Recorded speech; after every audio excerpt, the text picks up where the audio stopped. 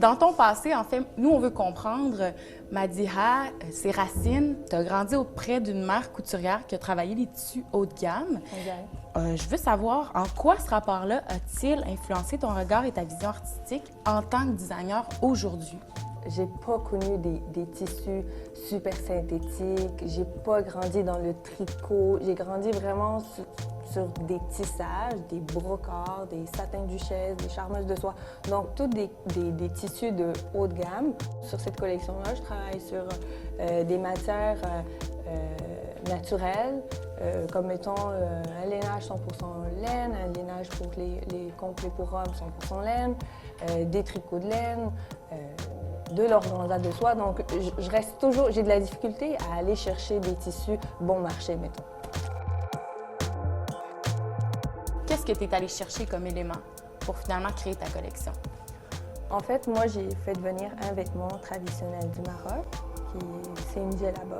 C'est un vêtement pas quelconque, mais c'est un vêtement qui mixe pour femmes comme pour hommes.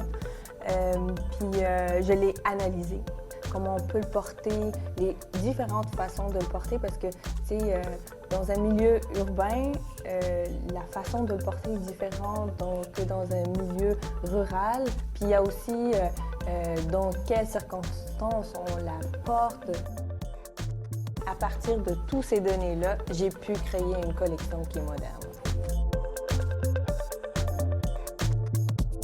On t'entend beaucoup dire quand tu décris ta collection que c'est un amalgame entre le moderne et le traditionnel. Mais au-delà de ça, tes vêtements, quelle image tu voudrais qu'ils incarnent? Comment voudrais-tu que les gens les reconnaissent?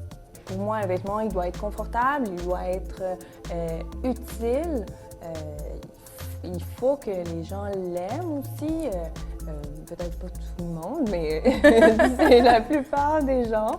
Puis j'essaie que mon vêtement soit le plus... En fait, le plus important, c'est qu'il soit utile.